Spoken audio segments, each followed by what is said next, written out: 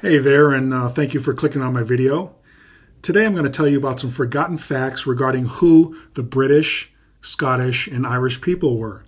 So hold on to your horses while we dive in. All right, everybody, let's get into this now. Just want to let you know that my theory is not new. It has been studied and discussed by numerous researchers. However, it is controversial because this information has not been taught in our mainstream educational systems in recent times. All right, before you dismiss this information, please check my research for yourself. This information may come as a shock to many of you, but that does not mean it is not true.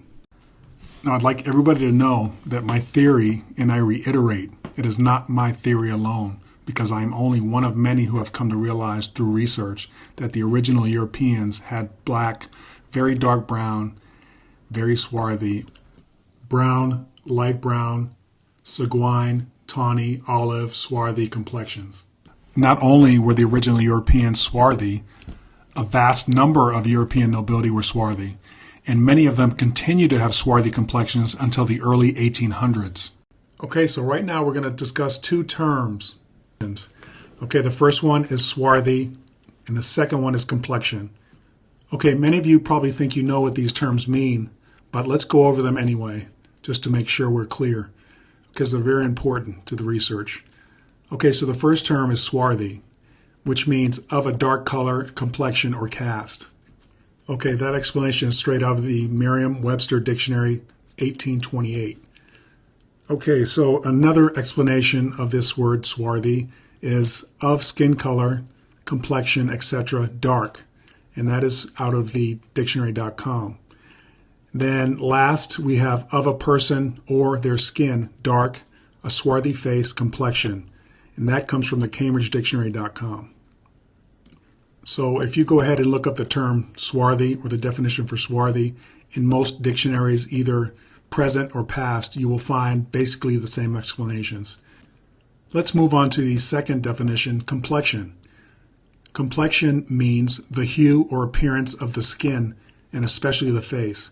A dark complexion, and that comes from the Merriam-Webster Dictionary 1828 as well. There are several other definitions of complexion, one of them being the general aspect or character of something, and that definition comes from the lexico.com powered by Oxford. Nevertheless, just to be clear, when I speak of complexion in my research, I am specifically speaking about the appearance of someone's skin, especially their face. Okay, now that I've talked to you about the term swarthy and complexion, I'd like to go to this next area and talk about melanin. Okay, and as you can see on this picture here, these are many of the various human skin tones or hues of melanin, excluding the extremes on both ends. My intention is not to exclude the extremes on both ends of the spectrum, but they are extremes nonetheless. Because we are so used to going from left to right, because we read from left to right in English, I'm going to start on the left side. And as you can see on my chart, we have pale, fresh, fair, sandy, tawny, light brown, ruddy, sanguine, brown, and dark or dark brown. And then you can also see swarthy there at the top, and you can see what's in between swarthy and what most readers that I believe, or in my interpretation, regard as swarthy, okay, as we go on in this research.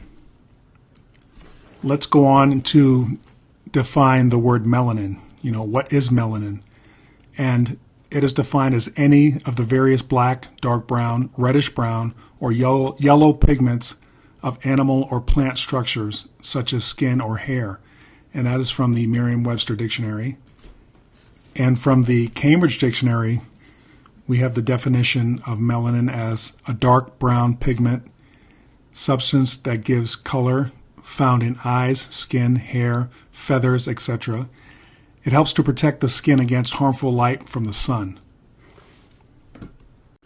All right, now we're going to move on to this next piece of evidence.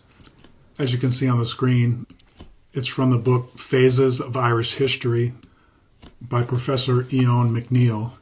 He was an Irish scholar, Irish language enthusiast, Gaelic revivalist, nationalist, and Sinn Féin politician who served as Minister of Education from 1922 to 1925.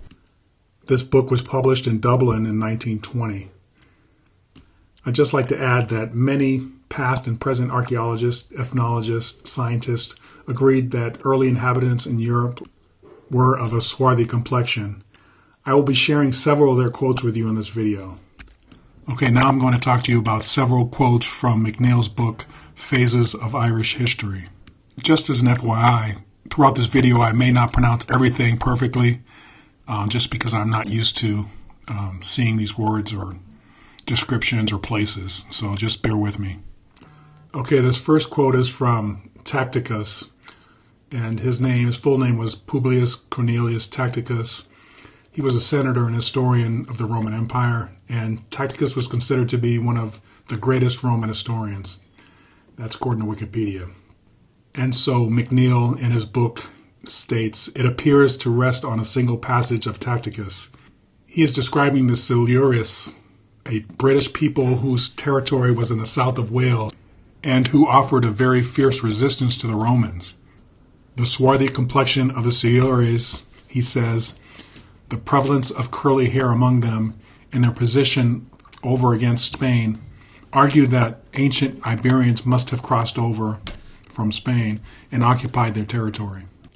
McNeill's second quote goes on to say, we have heard the occurrence of similar physical traits in the west of Ireland ascribed to a more recent Spanish mixture.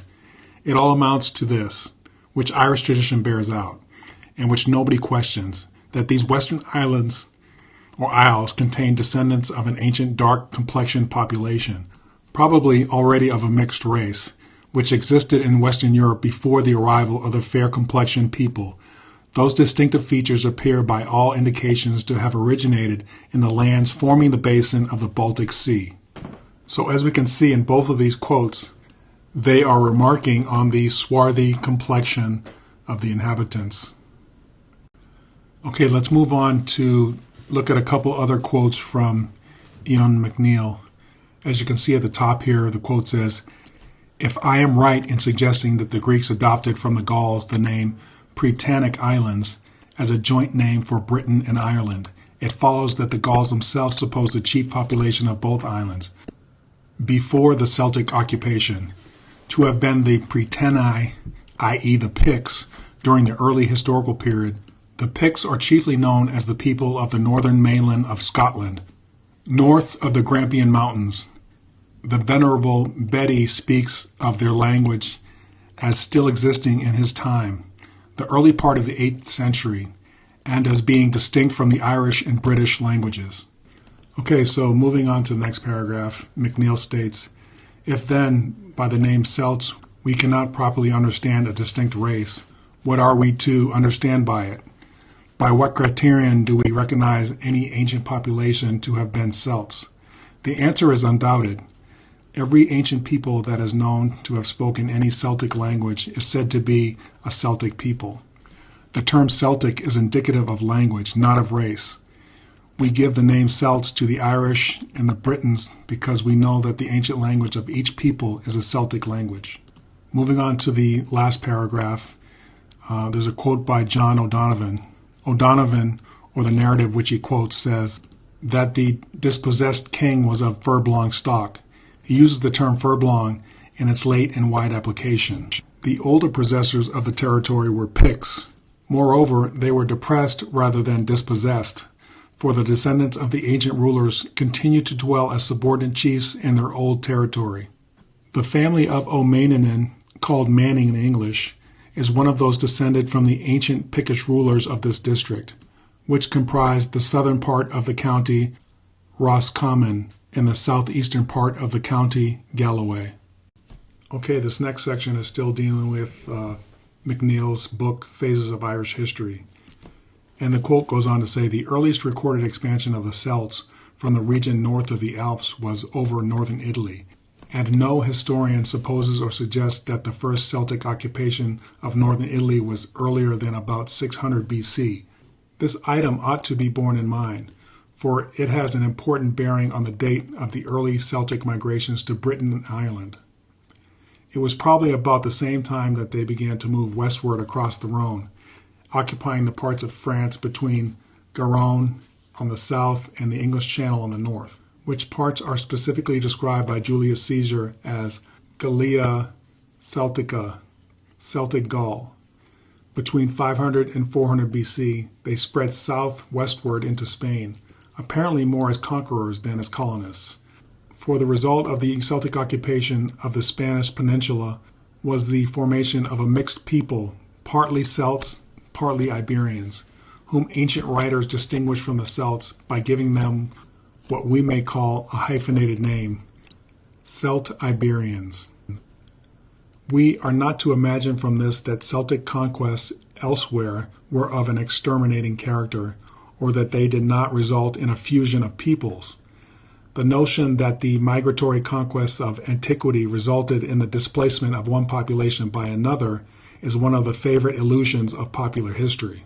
So moving on to the last quote on this page, McNeill says that the Celtic people at one time held sway in a region afterwards dominated by the Picts is witnessed by the place name Dunkeld in Perthshire. The older Gaelic name is Dun Calden, i.e. Dunan Caldanon, the stronghold of the Caldanons. The Celts, who naturally would have been strongest in lowland Scotland, were so weakened there, I suggest, by the Roman power, that they could no longer maintain their predominance over the Pictish population of the Highlands, and so, towards the close of the 3rd century, the Picts emerged as new and formidable adversaries of Roman Britain on its northern frontier. Okay, so moving on to our last quotes from McNeill's book, The Phases of Irish History. In 851, a new variety of Norsemen arrives on the Irish coast. They are called the Black Heathens, the Black Foreigners, the Black Lachlanecks, in contradistinction to the Fair Heathens, Fair Foreigners, or Fair Lachlanecks, who had been there before them. The Welsh Chronicle, the Annals of Cambrai, makes it fairly clear that these Black Heathens were the Danes. They came in hostility to the Norwegians, with whom they fought fierce battles, and we have already seen that for a number of years the Danes held the chief power in the Hebrides. At this point of time, about the middle of the 9th century, the Norsemen must have seemed to be about to become masters of all northern Europe, from the west of Ireland to the banks of the Volga. England was crumbling under their attacks. The Anglo-Saxon Chronicle tells how Norse armies marched up and down through the country, then moved off to the continent. They occupied Ghent in Flanders for a year. They defeated the Franks in battle and supplied themselves with horses from their captors, pushed up the Meuse into France, and camped there for another year. I'm not going to read this whole passage for you. You can do that yourself if you wish. I just want you to know that the Black Danes, or Norsemen, battled their way through parts of Europe into Germany, France, crossed over to England in 250 ships. Alfred being then the King of England. Afterwards, they crossed England, passing up the Thames, and then up to the Severn. Alfred, assisted by the Welsh, defeated them. They fell back on Essex, mustered fresh forces there, once more crossed England and laid siege to Chester, invaded Wales, and were driven out of it. Some of these Black Danes settled down in the conquered lands of East Anglia and Northumbria. The rest made fresh expedition into France. Though Alfred was a great and admirable king, and justly held up to renown in English history, he could do no more than hold a minor part of England against these invaders. And at his death in 901, they were undisputed masters of about 2/3 of that country. Okay, now we're going to move on to the Proceedings of the Royal Irish Academy, Volume 2, Polite Literature and Antiquities. Okay, so the first quote says, "Now of the two primitive Irish races, which he designates as Furblong and Celt, he has given typical figures. One of these, the Furblong cranium, will, in all probability, correspond with the remarkable dolichociphical skull that I have described. This long-headed, black-visaged, dark-haired, swarthy aborigines possess skulls that are principally characterized by their extreme length from before backwards, or what is technically termed the astro-posterior diameter, and the flatness of their sides. He says in addition Now we find similar conditions of heads still existing among the modern inhabitants of this country, particularly beyond the Shannon, where the darker fur-belonged race may still be traced as distinct from the more globular-headed, light-eyed, fair-haired Celtic people who live to the northeast of that river. Moving on to page 53, the quote says, "The most probable explanation appears to be that it was a result of one of these piratical descendants or invasions of the Irish coast made by robber Vikings, Dinars, or Black Danes, and their ferocious allies from the island of Scotland, which were so common in the 9th and 10th centuries. These invasions took place subsequent to and were altogether different from the Scandinavian settlements in Ireland of Lochlanns or Azure Gentiles, who are described in the chronicles of the time by their distinctive features of being a white or fair-haired race." Okay, let's go to the last paragraph, page 54. "Of different race came the Dinar, the black or dark-haired foreigner, who fought against and plundered the fair Norsemen as fiercely as he warred with and robbed the native Irishry. But, as Dr. Todd remarks, it is to be regretted that the writers of our annals do not always clearly distinguish between them in their descriptions of their devastations in Ireland. We cannot even be sure that the name Dane is not sometimes given to the Norwegian.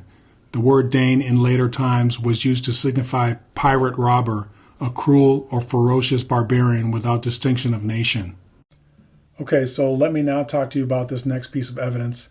It's an article titled "Scientists Reveal Face of the First European." The face of the first European has been recreated from bone fragments by scientists.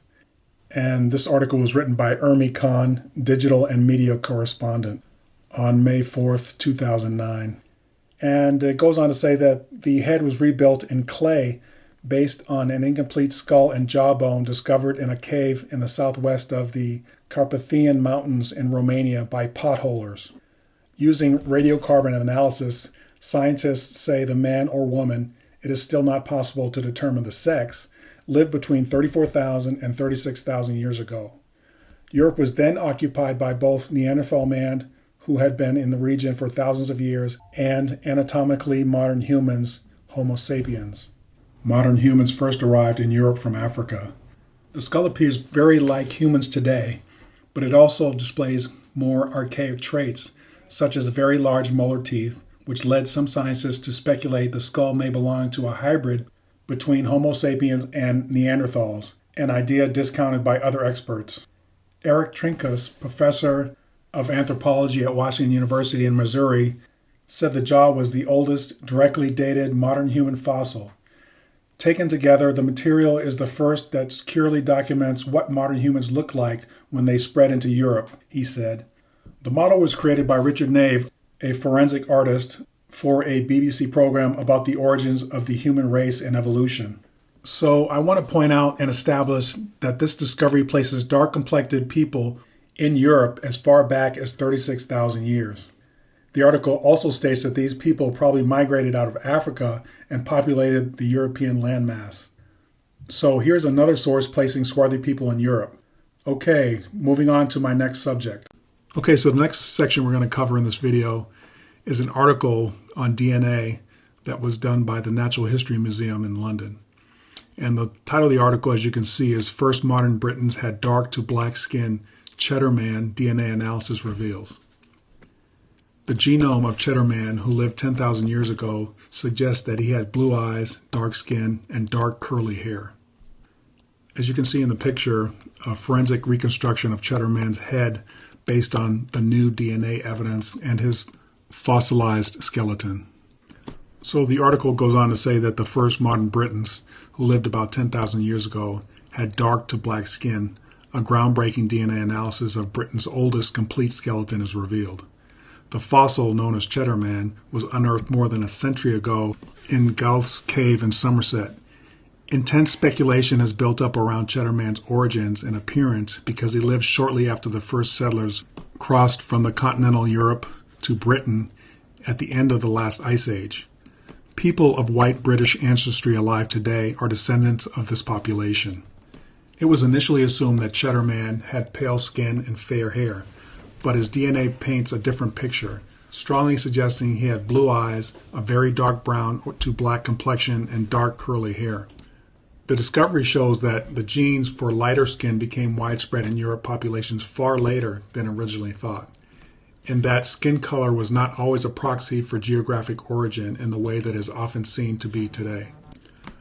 The results point to a Middle Eastern origin of Cheddar Man, suggesting that his ancestors would have left Africa, moved into the Middle East, and later headed west into Europe, before eventually crossing the ancient land bridge called Dodgerland, which connected Britain to continental Europe. Today, about 10% of white British ancestry can be linked to this ancient population.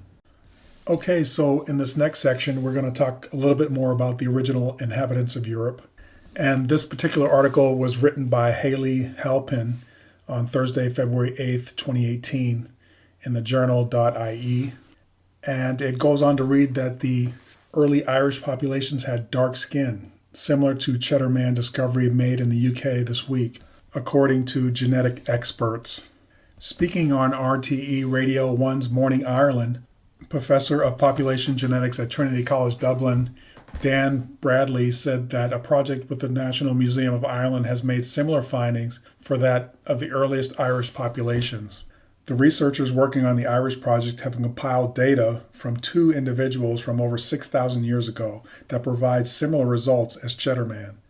The earliest Irish would have been the same as Cheddar Man and would have had darker skin than we have today, Bradley said. He said their findings suggested that DNA is linked to individuals from Spain and Luxembourg, people who populated Western Europe after the last ice age, but before the farming era. Similarly, Cheddar Man's tribe migrated to Britain at the end of the last ice age, and his DNA has been linked to individuals discovered in modern-day Spain, Hungary, and Luxembourg.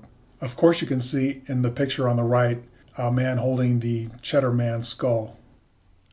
I'd like to revisit a quote from Owen McNeil that I read earlier in the video, and I apologize for pronouncing his first name incorrectly. The quote is, "The notion that the migratory conquest of antiquity resulted in the displacement of one population by another is one of the favorite illusions of popular history."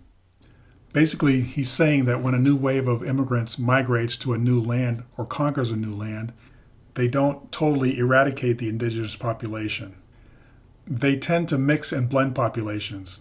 He's also saying that popular history or current historians want you to believe that all traces of older indigenous populations disappeared, so they don't have to acknowledge them and their contributions to current populations.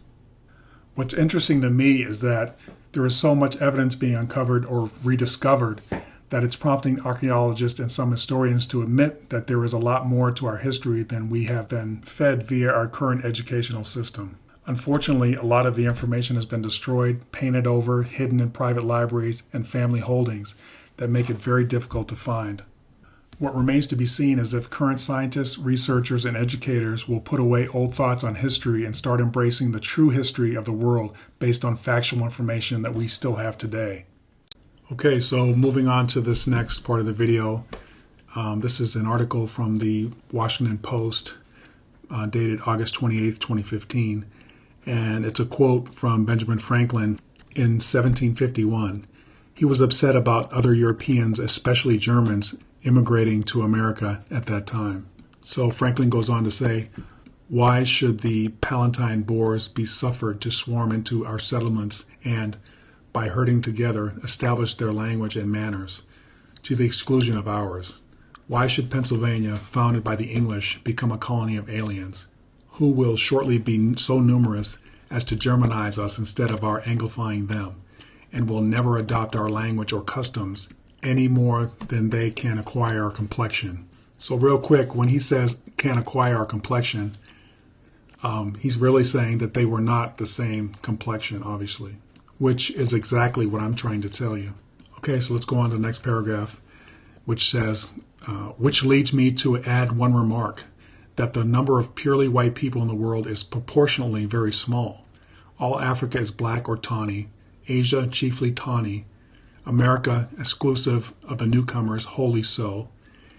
And in Europe, the Spaniards, Italians, French, Russians, and Swedes are generally of what they call a swarthy complexion, as the Germans are also, the Saxons only excepted, who, with the English, make the principal body of white people on the face of the earth. I could wish their numbers were increased, and while we are, as I may call it, scouring our planet, by clearing America of woods, and so making the side of our globe reflect a brighter light in the eyes of inhabitants in Mars or Venus, why should we, in sight of superior beings, darken its people?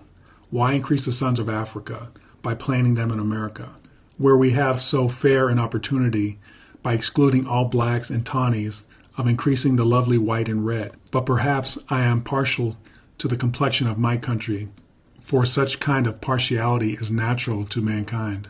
So basically, this is one of our founding fathers, Benjamin Franklin, saying that many of the Europeans coming to America are not of the same complexion as he is. Basically, they are darker than him, and they are swarthy. Okay, so let's move on to another source, Early Man in Britain, and his place in the Tertiary period, or basically the end of the Cretaceous period. And this book was written by W. Boyd Dawkins, and you can see all his credentials. This book was published in London in 1880.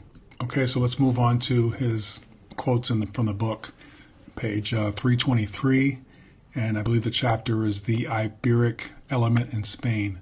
And he goes on to say, they have also left marks of their presence in the name of the Loire, and possibly in Britain in the obscure term Leogarians, from the intimate manner in which they are associated with the Iberians by classical writers, coupled with their agreement in small stature and swarthy complexion. It may be inferred with tolerable certainty that they were related to each other, as the Frank to the Goth, or the Dane to the Norman, and that they belong to the same non-Aryan branch of the human race. It is also by no means improbable that the small swarthy Etruscans, whose empire extended to the earliest times recorded by history north of the Alps into Tyrol, and who held dominion also over Lombardy, belonged to the same non-Aryan stock, since they were conterminous and were driven away from their ancient possessions by the same invading people. Just as the Celts poured down through central France, isolating the Ligurian and the Iberians, so he poured through the passes of the Alps into Lombardy, sundering the Etruscans of Rhaetia and Norium from those of Etruria proper. In my belief, the Iberians of France and Spain, the Silures of Wales, the Ligures of southern Gaul and northern Italy, and the small dark Etruscans are to be looked upon as ethnological islands isolated by successive invasions, pointing out that if we could go deep enough in past time, we should find that the whole of Europe was inhabited solely by swarthy non-Aryan population. Okay, moving on to the next page, 330, and it's titled Iberic Element in British Isles. The Iberic element in the present population of Britain is traceable in several areas, which offer refuge to the peoples in possessions of the country before the invasion of the English. The strong resemblance borne by the small dark Silures to the Iberians was remarked, as we have already noticed by Tacitus. At the present day, his observation applies equally to the small swarthy Welshman with long head and Iberian physique.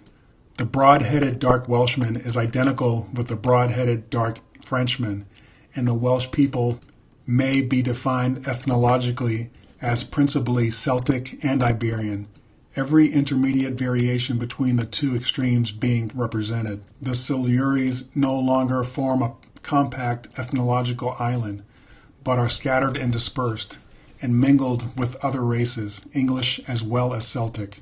In Scotland, the small dark Highlander, and in Ireland, the black Celts, to the west of the Shannon, still preserve the Iberian characteristics in more or less. So at the bottom there at the page, you can see that I've highlighted a footnote. It reads, the tall, long-headed, dark and red-haired men are probably, as Professor Huxley points out, of Scandinavian, and the tall, long-headed, fair men of Low German origin. Both these become intermingled with the older Celtic populations of Wales, Ireland, and Scotland within the historic period. So basically what Dawkins is saying is that people of different ethnicities and complexions were mixing at the time. Or as Professor Huxley points out, these different people were intermingling with one another, resulting in the populations of Wales, Ireland, and Scotland. So moving on to several other pages of the same book by Boyd Dawkins.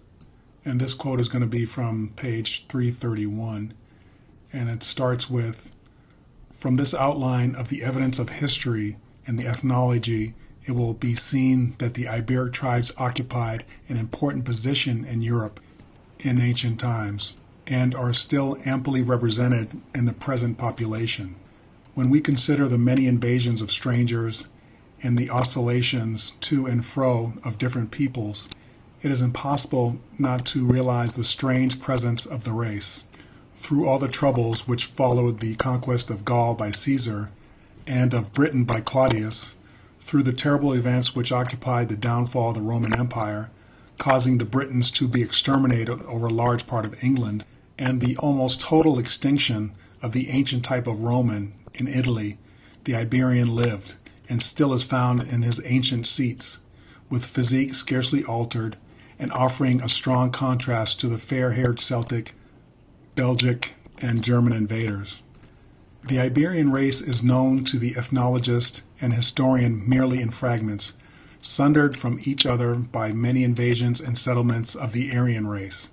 It is shown by the researches into caves and tombs to have been in possession of the whole of Europe north and west of the Rhine in the Neolithic age, and has been traced by Dr. Virchow into Germany and Denmark. So just to reiterate what Dawkins is saying, he's saying that the Iberian race, the swarthy Iberian race, was in possession of Europe north and west of the Rhine in the Neolithic age, and also into Germany and Denmark. Moving on to the next page, page 327, down at the bottom, I have outlined here. It says, "Outside the boundaries of the Aquitaine, the Iberian blood asserts itself in the swarthy small inhabitants of Brittany, in the east in Artichek, and in the south in Adi and Aregi." Moving on to the third page, page 325, Dawkins is talking about the French army and the soldiers within each one of the departments. It looks like they're broken up into 3 distinct departments, one being black, one being gray, one being white. And the page also shows a graph, a small graph, and from that, Dawkins goes on to say, "From this it is evident that the exemptions are nearly thrice as many in the departments noirs as in the departments blancs, and we may therefore conclude that the swarthy inhabitants of France at the present time are the shortest, and the fair the tallest. The departments noirs are mainly centered in the old province of Aquitania of Augustus, in which the jet black eyes and hair and swarthy complexions of the natives strike the eye of the traveler. We may therefore conclude that these characters have been handed down by direct descent from the ancient Aquanati or Basques, with comparatively little change from the infusion of new blood since the time of the Roman." Again, please forgive my pronunciation of some of these words, but that's why I put them on the screen so you can read them for yourselves. Okay, so let's move on to another source in our video here. And this is a description of the Western Islands of Scotland by Martin Martin, published in 1703, digitized by the National Library of Scotland. And basically, he's given us an overview of the Western Islands of Scotland. And on the second page here, it says, "To His Royal Highness Prince George of Denmark, Lord High Admiral of England and Ireland, and of all Her Majesty's plantations, and General Ifimo of all Her Majesty's forces, etc." Okay, I'm not sure if I pronounced that right, but you can read it for yourself. And on the last page there on the right, it says, "Your Royal Highness, Your Highness's most humble and most obedient servant, M. Martin." Okay, so moving on to the quotes from the book, A Description of the Western Islands of Scotland by Martin Martin. We're going to go on to page 194, and I'm not going to read the whole page, but just the sections that I'm trying to bring your attention to. So it says, the inhabitants of this isle are generally well proportioned, and their complexion is for the most part black. Okay, moving on to the next page, page 224. At the bottom there it says, the inhabitants of this isle are well proportioned, generally brown, and some of a black complexion. All right, moving on to the last page, page 239. Down to the second paragraph, it says, the natives here are well proportioned, being generally black of complexion and free from bodily imperfections. They speak the Irish language and wear the plaid, bonnet, etc. as the other islanders. All right, so just so you know, because you haven't read the whole book, but I encourage you to do so, is that he's speaking of different islands in the western part of Scotland. So these islands are separate and distinct from each other, just so you know. These are several islands spread out with separate clans on each island.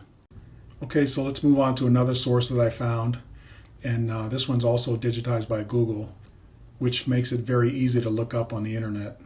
This book was from the Cornell University Library, and the title of the book is The Book of Aaron, second volume by W.M. Mackenzie, History and Folklore, and the Aaron Society of Glasgow, Hugh Hopkins, Glasgow, 1914. So now we're looking at several pages from the Book of Aaron that I pulled out. The first one is page 11, and again, I'm not going to read the whole page, but just the parts that I find interesting and that you may find interesting. So it's going to be down, second paragraph. It says, later a distinction appears between Fingal, white strangers or Norse, and Dubgal, or black strangers, the Danes. Okay, so moving on to the next page, page 58, down at the bottom there it says, turn now to consider the planting of some left-hand Stuarts in Erin, royal offspring out of a legitimate line. Robert II and Robert III were both distinguished by an outside, miscellaneous addition to the royal stock, had sultanic tastes, in fact, like several of their successors, but they were not neglectful of their parental responsibilities. For the one natural son of Robert II found a place in the new hereditary sheriffdom of Bute and Arran, which was in existence at least by 1385. And among the prerequisites of the office, this John Stuart, the dark-complexioned or black, had corrigils in Arran. So just to be clear, the author is talking about the Stuart line of kings and the male heirs of that family. Okay, so now I'm going to move on to the next part of this video, which talks about Black European nobility. The Dictionary of National Biography is a standard work of reference on notable figures of British history, published from 1885.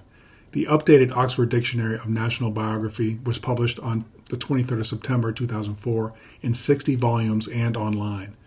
Originally published in 1885 by editors Leslie Stephen, Sidney Lee, Christine Nichols, and the oldest edition is available online by Google.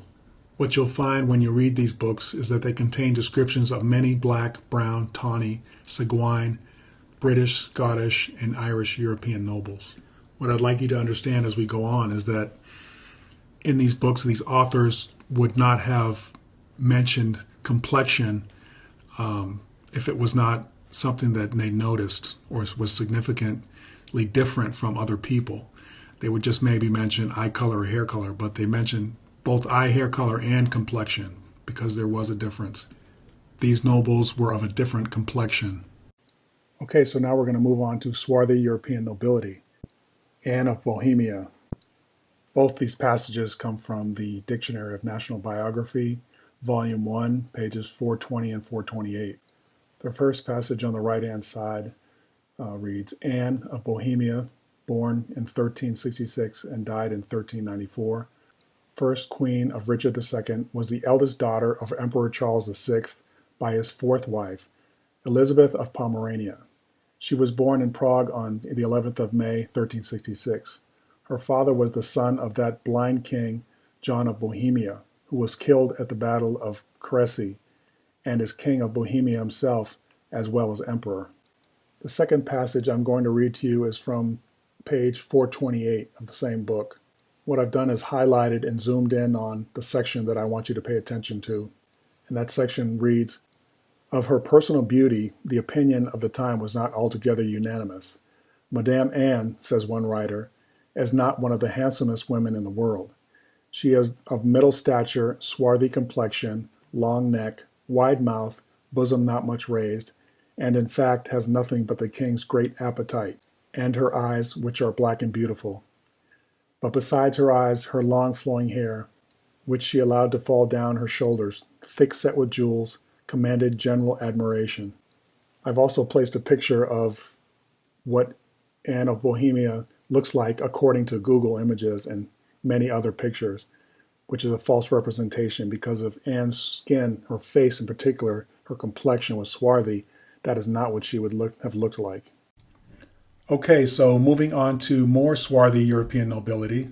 Let me tell you about Thomas Butler, Earl of Ormond, born 1532 to 1614. Butler Thomas, 10th Earl of Ormond, born in 1532, was son and heir of James Butler, 9th Earl, who died of poison at Elm House, London, 28th October 1546. His mother was Lady Joan Fitzgerald, heiress of James, 11th Earl of Desmond. His grandfather was Sir Pierce Butler, 8th Earl of Ormond. Thomas, who was called from his dark complexion the Black Earl, succeeded his father in the earldom and estates at the age of 14. Okay, so I will let you read the rest of that paragraph if you'd like, but I'm going to move on now and tell you a little bit more about what I think about Thomas Butler. Now, when you Google Thomas Butler, Earl of Ormond, this is the painting that you get. Does this look like someone with a swarthy complexion? I know there were many brown and dark brown Europeans walking around in these times, but notice that the author says Thomas, who was called from his dark complexion Black Earl. I'm not a genius, but if someone goes as far as to call someone Black Earl because of his complexion, then he must have been exceptionally dark-skinned, more so than most of his siblings or other relatives. Let me also reiterate this point. If Thomas Butler was that dark-complected, then it goes to follow that either his mother, his father, or both were fairly dark-complected themselves. Also, the author does not say that Thomas was called Black Earl because of his hair color or eye color. It was due to his complexion. I'm saying this because often you will read modern explanations on the internet stating, oh, he or she was called black this or that because of their hair or eye color, or both, and that is simply not the case. It is just hard for some to understand that geographic locations change hands by migrations of populations from different regions, much like the United States of America. If, for example, you were born in recent times, you may think that the original Americans were light-complected people. You would think that just because fair or light-complected people have been the majority in the U.S. for probably the last 125 to 150 years, that it was also the case. Also, because our history books mostly only cover back to when the colonies were established, so for most Americans that get a basic education, that is what they are exposed to. Well, if that was your assumption, you would be totally wrong. Anyway, hopefully you understand the general premise of what I'm saying. All right, well, let's move on to my next subject.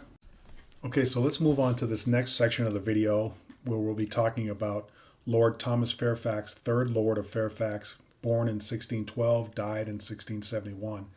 Again, this is from the Dictionary of National Biography, page 148. Now, I've copied the page from the book, page 148, and you can see the top there, it says Fairfax. And on the right-hand side, I've outlined it in red, and I've blown it up, zoomed in on it just next to that, so you can see the arrow pointing to it.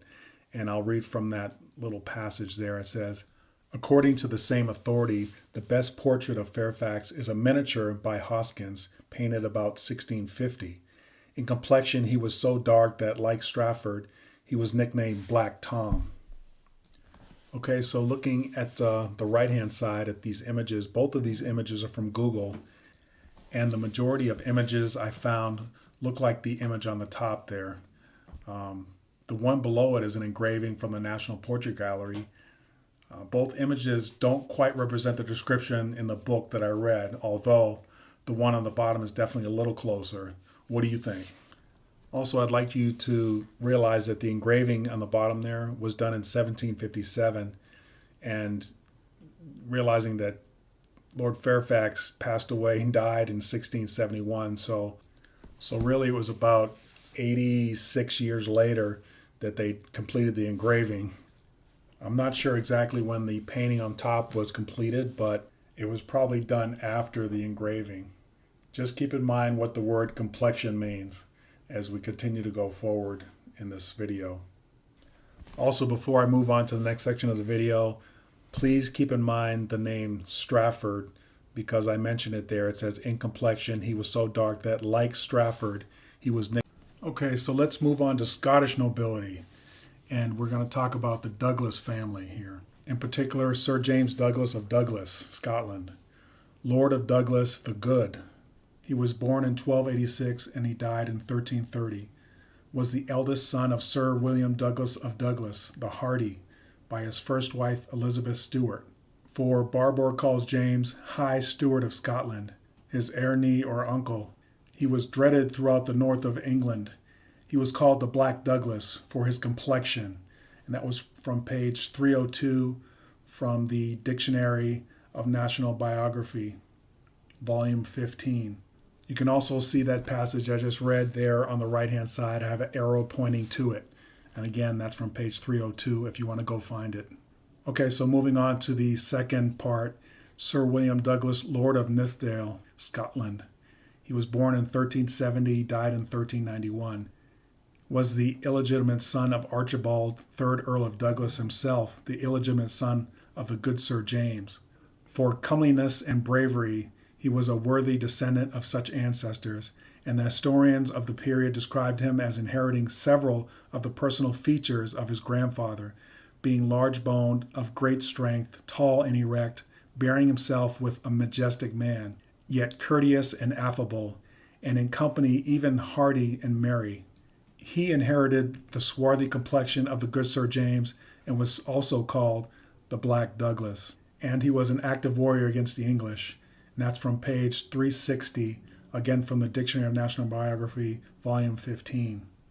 And again, I'll direct you to the right-hand side of the page where I have another arrow pointing to the section that I just read. Again, I'd like you to keep in mind what the word complexion means and what the word black means. Okay, so let's move on to our next subject, Agnes Dunbar, Countess of Dunbar and March, born approximately 1312 and died in 1369. Agnes was the daughter of Randolph, Earl of Moray, and Isabel, her mother. Isabel, her mother, was the only daughter of John Stuart of Bunkill. And Agnes was married to Patrick Dunbar, 10th Earl of Dunbar and March. If you look over to the right, you can see the page out of the Dictionary of National Biography, volume 16, page 150. I have zoomed in on the section I'd like you to pay attention to, and it reads, Dunbar, Agnes, Countess of Dunbar and March, born 1312 to 1369, known from her swarthy complexion as Black Agnes, is celebrated for her spirited defense of Dunbar Castle in 1337 and 1338. So let me reiterate, Agnes was known for her swarthy complexion as Black Agnes. Now hearing that, I must assume that she stood out because of her complexion. Not that there weren't other people of swarthy complexions, but she must have really stood out to be nicknamed Black Agnes. So I'd like you to look over to the left side and look at the picture that historicuk.com has for Black Agnes. Maybe it's just me, and yes, I'm being sarcastic, but this person in this painting does not look like she has a swarthy complexion at all. So again, we can see that the words that are written are definitely in stark contrast to the paintings that are being represented to us. Okay, so our next subject is related to King Charles Stuart II, Black Boy King, and how he relates to this Black Boy Inn, or just Black Boy, located in the royal town of Carnarvon in Gwynedd, Wales, is a hotel and public house which is thought to have dated back to 1522, making it one of the oldest surviving inns in North Wales. It is within the medieval walls of Carnarvon, a few hundred yards from Carnarvon Castle. I'd like to draw your attention to the sign that they have posted outside of the inn, the Tafarny Black Boy Inn. And you can see an actual black boy pictured on the sign. And apparently it's been like that forever. Then as you look over to the right-hand side there, you can see Charles II as a child. It's from Google Images, of course. And Charles was born in 1630 and died in 1685. Then further on the right-hand side, you can see his mother, Henrietta Maria of France, Queen of England, and she nicknamed her son Black Boy. And so this is the painting, or one of the paintings that Google Images has of his mother, Henrietta Maria. And then on the bottom there is his father, King Charles Stuart I. And that is what Google Images has for him, or at least one of the pictures or paintings they have of him. So I wrote a little caption there below the Black Boy Inn sign. It says, "Why would Charles II's mother nickname him Black Boy? And why would the pub use the effigy of a black boy if he looked white?" That makes no sense at all. What does make sense is that Charles II was swarthy. Also, if he was swarthy, then, you guessed it, mother, father, or both were swarthy. And again, let me just say, why would a mother nickname her son Black Boy if he wasn't actually a black boy? Some would say, well, he had dark hair, dark eyes, and dark eyebrows. That still, I don't think, would qualify someone's mother calling them Black Boy if they weren't actually a black boy. And there's nothing wrong with being a black boy, but this doesn't make sense. And there were tons of boys running around with dark hair, dark eyes, and dark eyebrows that were white, and they weren't called black boys, so it doesn't make any sense. Okay, so in this next section, we're going to again talk about King Charles Stuart II, Black Boy King. King Charles II, born 1630, died 1685, was monarch of the three kingdoms of England, Scotland, and Ireland. King Charles's father, King Charles I, was executed at Whitehall on the 30th of January 1649 at the climax of the English Civil War. Even though Scotland considered Charles II King of Great Britain in 1649, the English Parliament passed a statute declaring England a de facto republic. In 1651, Charles fled to mainland Europe, and Oliver Cromwell became the virtual dictator of England, Scotland, and Ireland. Charles spent the next 9 years in France. A political crisis that followed the death of Oliver Cromwell in 1658 resulted in the restoration of the monarchy, and Charles was invited to return to Britain. So you can see here in red, I have several passages that I've highlighted, and I have arrows pointing to. The first one is, Charles was described as of a tall stature and sable hue. And you can see my arrow pointed to that section. And the next one says, Cunningham 74 states him to have measured 5 feet 10 inches only. And he goes on to write, the king's swarthy complexion, with its effect heightened by the dark periwig, is the most distinctive feature of all his portraits. You know, that, folks, is very interesting. And by the way, this information is coming from the Dictionary of National Biography, published in 1887, Volume 10, page 106. I'd like you to take a look at that first arrow there, where I read of a tall stature and of sable hue. And just as a definition of sable, according to the Cambridge Dictionary, it means a dark brown or black color. And just so you know what the definition for hue is, I know most of you do, just in case, it's defined as a color or the particular degree of light or dark of a color. Now, I'd like to reiterate a few things. The first one is Cunningham states that the king's swarthy complexion is the most distinctive feature of all his portraits. Notice he said of all his portraits. Okay, and then he goes on to list 3 in particular at the National Portrait Gallery. I have seen quite a few of his portraits, although not in person. None of them, however, come close to looking like he is swarthy, has a sable hue, or like someone who their mother would nickname them Black Boy. As you can see, I attached the 3 paintings that Cunningham mentions back in the year of 1660. None of them remotely show Charles II as swarthy. Now, for transparency reasons, the painting with the name Sir Peter Lely underneath it, it was done by him. However, I'm not 100% sure this is the one Cunningham is referring to. I did see the other paintings by him. Okay, so this is the last section where I'm going to talk about Charles Stuart II, Black Boy King. Let's go down to Francois Bertrand de Motteville, French memoir writer, 1621 to 1689. Again, folks, I know that my pronunciation is horrible, but please bear with me and realize that the content is what's important here. And here she writes, in appearance, Madame de Motteville describes Charles at this time as very well made. His swarthy complexion agreed well with his large bright eyes. His mouth was exceedingly ugly, his figure extremely fine. He was very tall for his age, and carried himself with grace and dignity. His natural tendency to wit and repartee was not noticed, for at that time he hesitated and even stammered, a deficit observed in his father and still worse in his uncle Louis XIII. This first section I just read was from Charles II and His Court, published in 1910 by ACA Brett, page 23, and it was digitized by Google. Okay, so this next paragraph is Anne-Marie Louise d'Orleans, Duchess of Montpensier, 1627 to 1693. Millie de Montpensier, daughter of Gaston, Duc d'Orleans, and cousin of Louis XIV, was selected by Henrietta Maria as a fitting wife for Prince Charles. And while objecting to the match and to Henrietta's methods, the lady condescends to say of her royal suitor, he is tall for his age, with a beautiful head, black hair, a swarthy complexion, and a tolerable figure. This was also from Charles II and His Court, published 1910 by ACA Brett, page 24.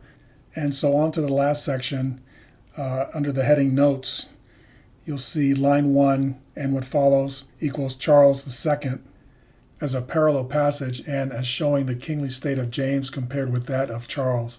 I quote from Popish Politics Unmasked, written probably between 1679 and 1681, judging from the Duke's saying, going down to the section that says, the portrait is as follows.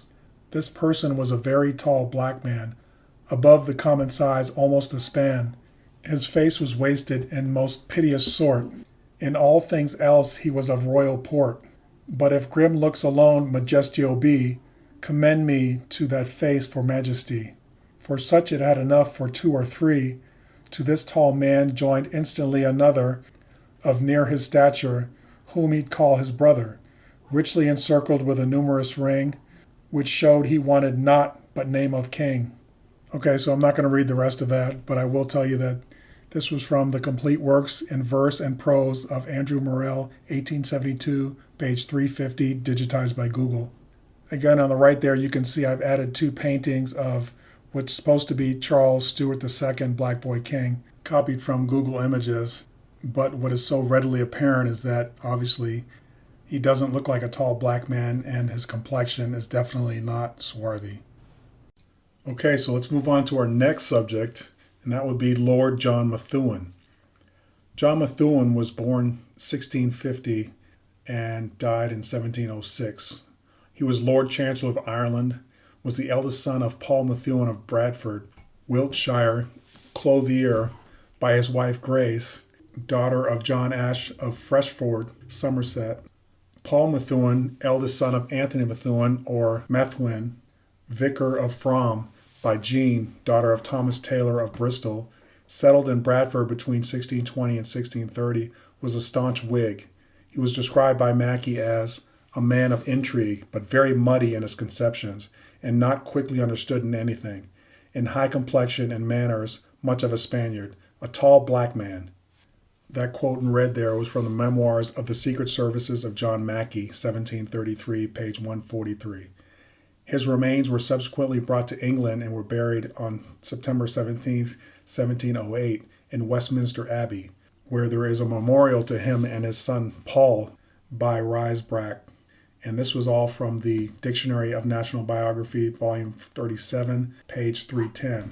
And again, you can see the page that I got the information from there on the right, but also I enlarged it and put it there in the middle, and I have an arrow pointing to the part that I want you to pay attention to. And also, again, look at the painting that I have there from Google.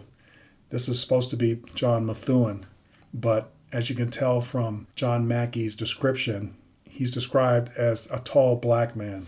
And so the painting that we're looking at definitely does not look like a tall black man.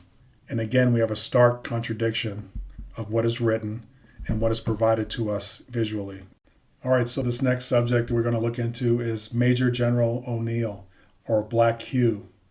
O'Neill, Hugh, born 1642, died 1660, Major General, born in the Spanish Netherlands, was son of Art Oge, who was the elder brother of Owen Rowan O'Neill, and nephew of Hugh O'Neill, the great Earl of Tyrone.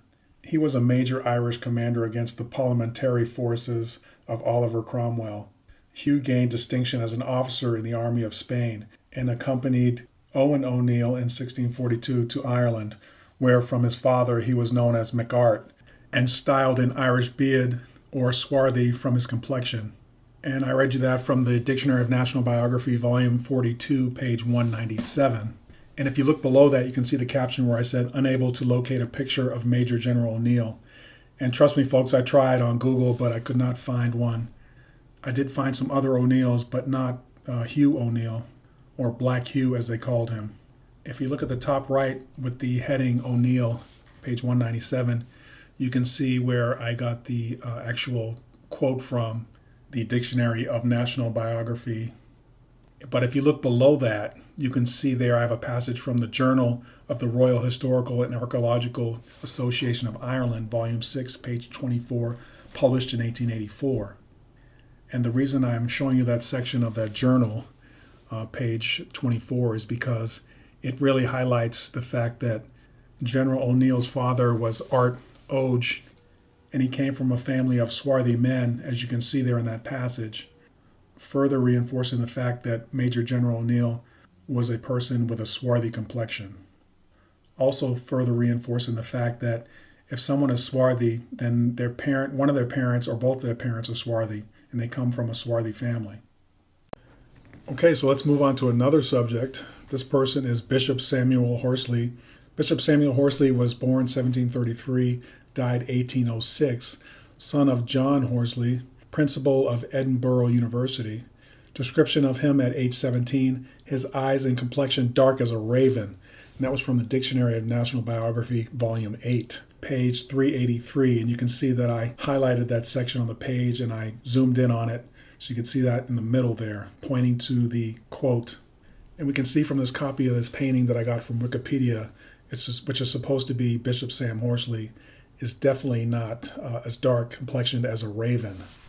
A raven is dark black, and obviously this is not someone that has a dark black complexion.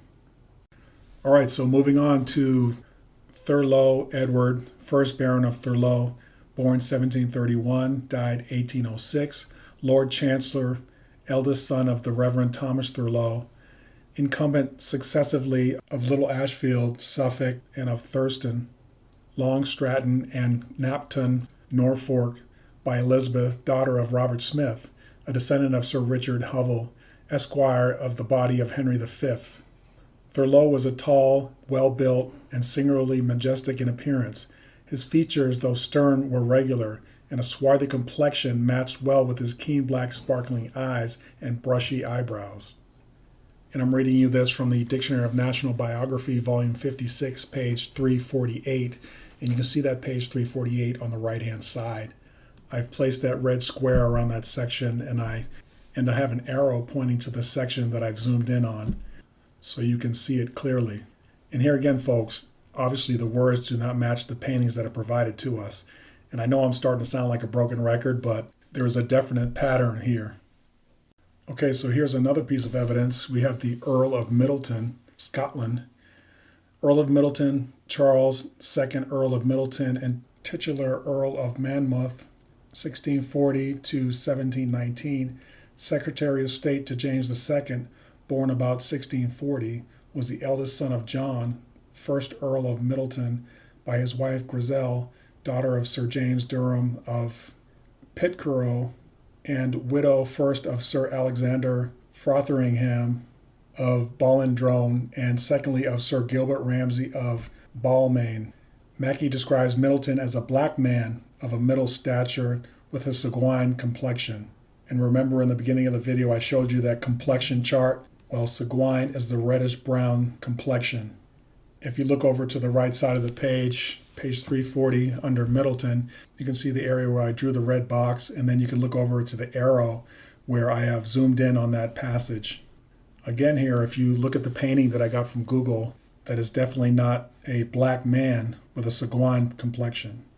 Okay, so I feel like I'm beating a dead horse here, but I have one more person to show you from the book Dictionary of National Biography.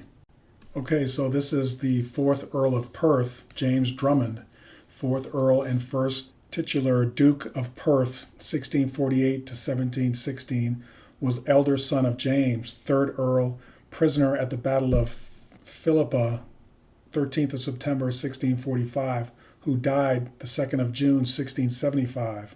His mother, who died January 1656, was Lady Anne Gordon, eldest daughter of George, 2nd Marquis of Huntly. He died at Saint Germain on the 11th of March 1716 and was buried in the chapel of the Scotch College at Paris. He is described as a very proud, of middle stature, with a quick look and a brown complexion, and is telling a story very prettily. By his 3rd wife, who died in 1726, he had 3 children, and this is from the Dictionary of National Biography, volume 16, page 31. And you can see over there on the right-hand side that I've again placed a red circle and an arrow pointing to the section that is zoomed in on so you can see exactly where the quote came from. And again, let's look at the painting that I got from Google Images, and you can see that this person definitely does not have a brown complexion. Okay, so let's move on to our next subject here, and that would be the Duke of Kingston. Evelyn Pierrepont, 1st Duke of Kingston, born 1665, died 1726, was the 3rd son of Robert Pierrepont of Thoresby, Nottinghamshire, by his wife Elizabeth, daughter and co-heiress of Sir John Evelyn of Westdean, Wiltshire. As you can see there on the right-hand side, I took a small passage out of the book and copied it. Then I typed it over there on the left. So it reads, Kingston, who was one of the most important leaders of the fashionable world of his day, is thus described by Mackey in 1705. He hath a very good estate, is a very fine gentleman, of good sense, well bred, and a lover of ladies, entirely in the interest of his country. Makes a good figure, is of a black complexion, well made, not 40 years. And that, of course, is from the Dictionary of National Biography, volume 45, page 263. Now go ahead and look at the picture that I have there copied from Google. And this person, of course, is supposed to have a black complexion, and I don't think they do. Again, I'm being facetious. Now, I could continue to go on and on with descriptions of people in the Dictionary of National Biography with black complexions, but I'd like to move on to a new source so that you realize it's not just one book. There are so many books and sources and pieces of evidence to investigate. So I hope you're still hanging in there with me as we move on to this new book that I think you will find equally as interesting. Let's move on to the subject of family crests. These crests sit atop of coats of arms, like the one you are seeing here for the Andrews family. These are some of the names associated with these family crests that you are currently viewing. These family crests are clearly swarthy, black or brown complected people. The crests I will be showing you are just a small sample. However, there are many more. Look at some of the names associated with these crests. Buller, Moore, Morgan, Biggs, Dobson, Haynes, Morrison, Pearson, Andrews, Halliburton, etc. Are you starting to see the correlation? These are just some of the black British and Irish families that have been forgotten or written out of current history. I'm showing you textual and visual evidence of not only black Europeans, but black European royalty. As a side note, in future videos, I will tell you why I think this information is no longer taught or discussed. All right, so let's move on to the second part of this subject. As you can see here on the right, I'm showing you a family crest and coat of arms with a swarthy family crest of the Agg family. I have also listed several names associated with these family crests: Lindsay, Bauer, Leader, Andrews, Goslin, McClellan, Norton, Seymour, Sterling, Eddington, Pennell, Christie, Gordon. Some of these names may be familiar to you.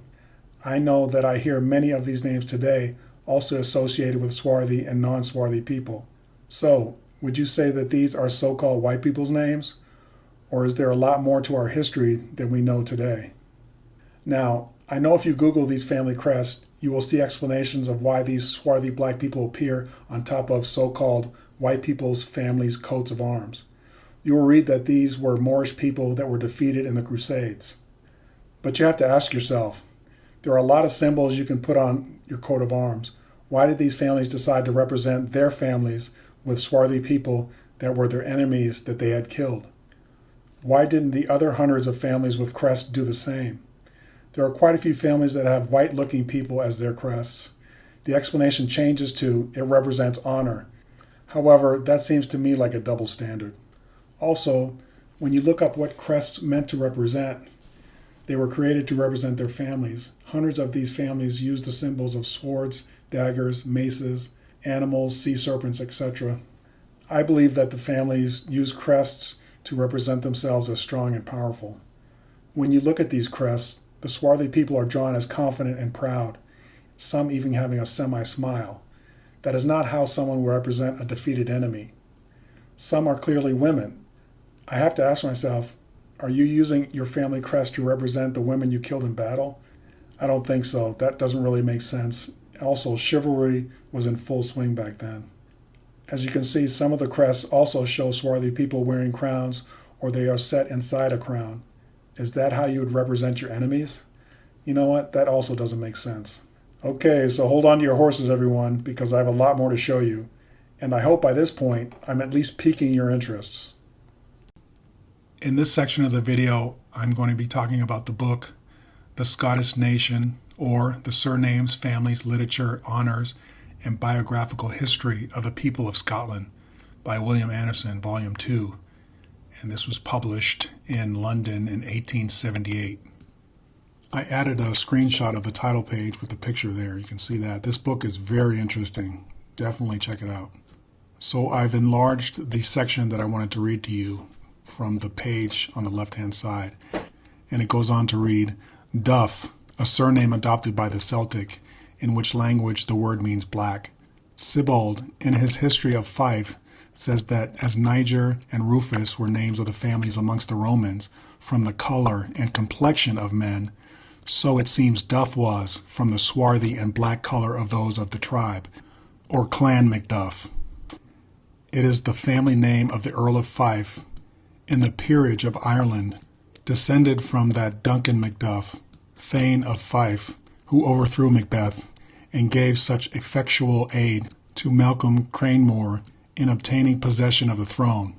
See Fife, Earl of, and Macduff.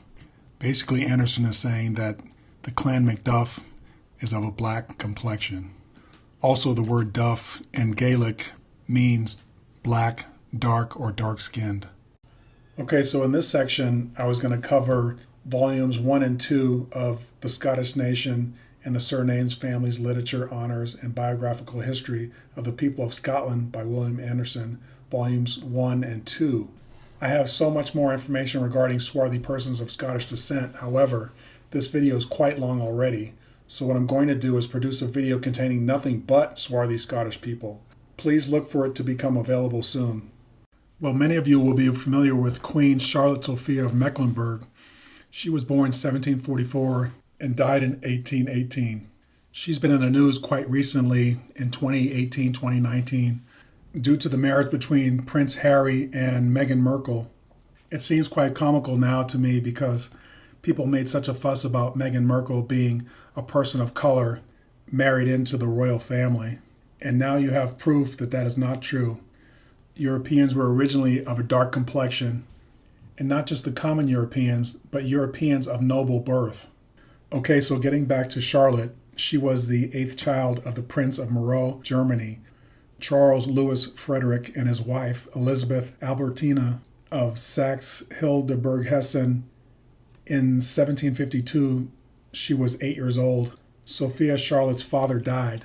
As Princess of Mecklenburg-Strelitz, Sophia Charlotte was descended directly from an African branch of the Portuguese royal house, Margareta de Castro y Sousa. 6 different lines can be traced from Princess Sophia Charlotte back to Margarita de Castro y Sousa. She married George III of England on September 8, 1761, at the Chapel Royal in St. James's Palace, London, at the age of 17 years, becoming the Queen of England and Ireland. This passage was from www.aaregistry.org. If you look down on the left-hand side at the bottom there, you'll see a portrait of Queen Charlotte by Alan Ramsay, Duke of Cambridge collection. Then if you look towards the middle, you'll see another painting of Charlotte Sophia of Mecklenburg, Queen of Britain, grandmother of Queen Victoria. And then if you look at the top right, you will see a portrait of Queen Charlotte Sophia by Alan Ramsay, circa 1770, Oxford College. All of these paintings are pretty telling in the fact that Charlotte looks like a person that has African descent in them. What's funny is that I'm saying she looks like a person with African descent, although we know that many Europeans at the time and before that time looked like they may have had African descent when they were actually European in descent.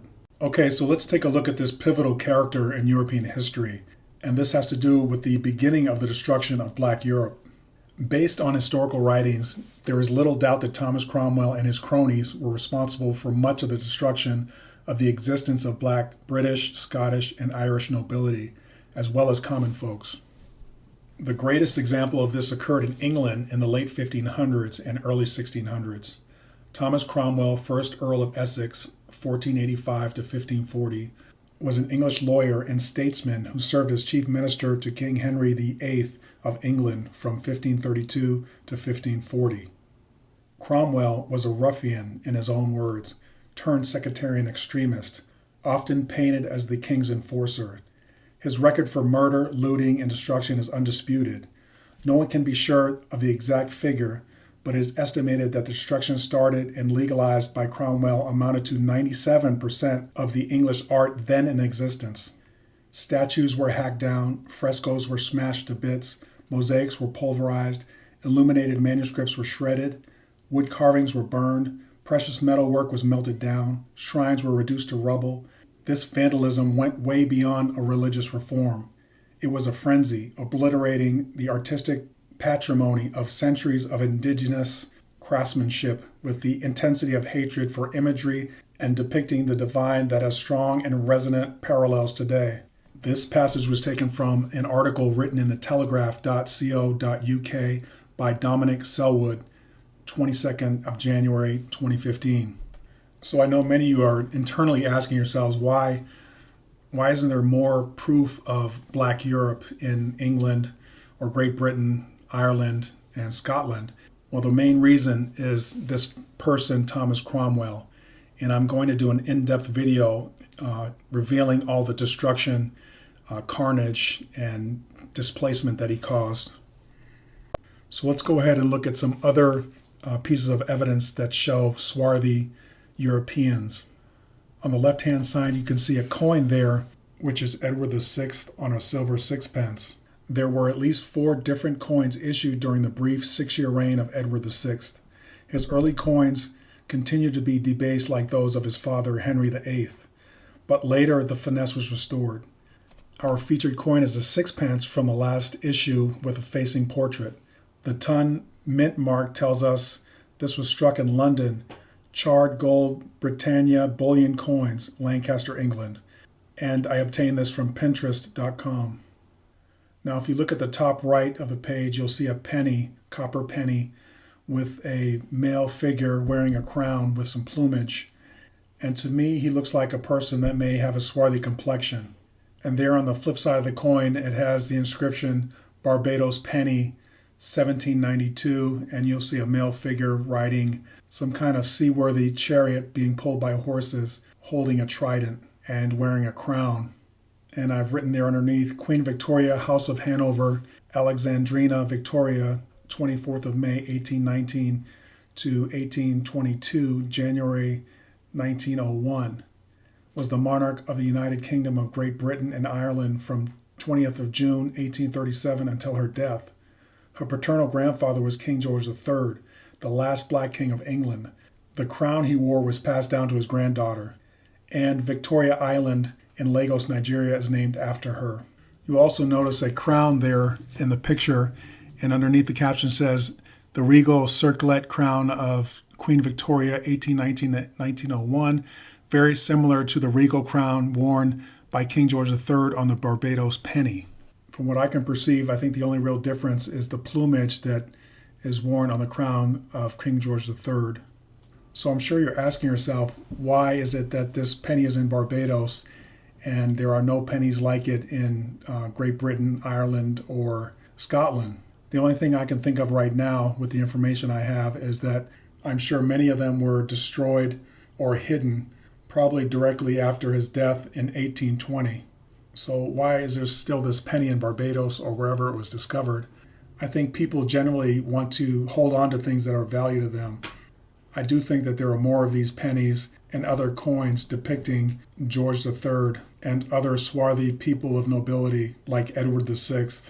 But in revealing those coins, those collectors would be revealing the true history of Europe, which for some is a very bitter pill to swallow. Anyway, I will be discussing these issues later on in future videos. Okay, folks, so I'm going to throw a couple curveballs at you here. Let's talk about Alexander Graham Bell. Alexander Graham Bell was born on March 3, 1847 in Edinburgh, Scotland, the second son of Alexander Melville Bell and Elise Grace Summons Bell. He was named for his paternal grandfather. Okay, now I'm going to read a letter by Alexander Graham Bell to his mother from May 10, 1878, and it says, "Dear Mama, our little baby has last come into the world. Unlike its papa and mama, punctual and on time to the minute. On Wednesday morning before daylight, she began to rebel against the restraints of an irksome confinement, and at 7:15 in the evening she popped into this world as lusty as stout as ever demonstrated the possession of a healthy pair of lungs.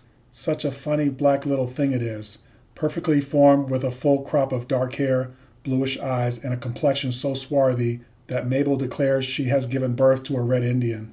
This letter can be found at the Library of Congress online at https://www.loc.gov.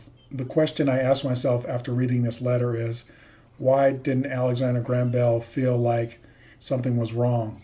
He called his baby a funny black little thing with a swarthy complexion. To me, it's obvious that this was nothing new to Alexander Graham Bell and his family. What is also apparent here is that Alexander Graham Bell, his wife, or both of them were swarthy. Also another indication that his baby being swarthy and black is not an issue because he doesn't go on explaining to his mother how it is that his baby is dark and swarthy. Now, lastly, the picture that I have here depicted from biography.com may not be the true complexion of Alexander Graham Bell.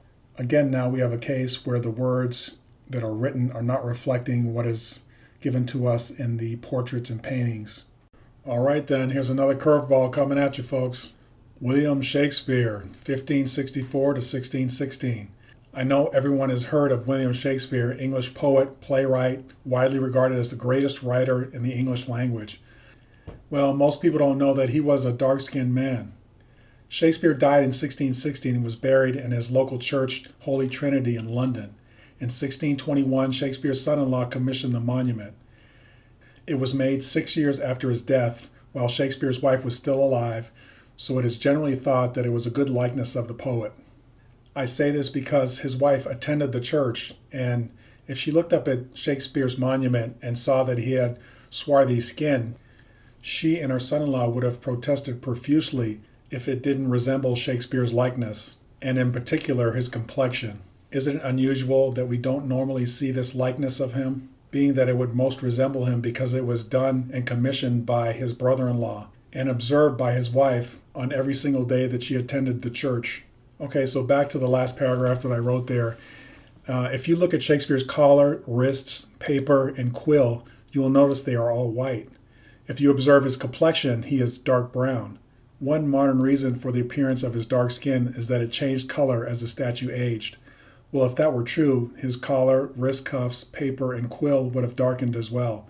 But as you can see, they are perfectly white, in stark contrast to his face and hands, which are very swarthy. Lastly, let's take a look at the two images I have of Shakespeare, which are very typical of images found on Google and many of the books that Shakespeare is featured on. Okay, so we've come to the end of this video. I hope I have passed on some valuable knowledge to you. Also, I hope I have provoked some serious thoughts as to who the original British, Scottish, and Irish people were. And please understand, this is my opinion, that non-swarthy people started to migrate into Europe slowly through wars, travels, trading, and general migrations. These people mixed into the local populations. However, as I mentioned earlier in the video, I will share with you the reasons why this information was destroyed, hidden, and forgotten by most. I will also do my best to present you with facts and evidence, although when I do mention my opinion, I will acknowledge that with the words similar to I think or in my opinion, etc.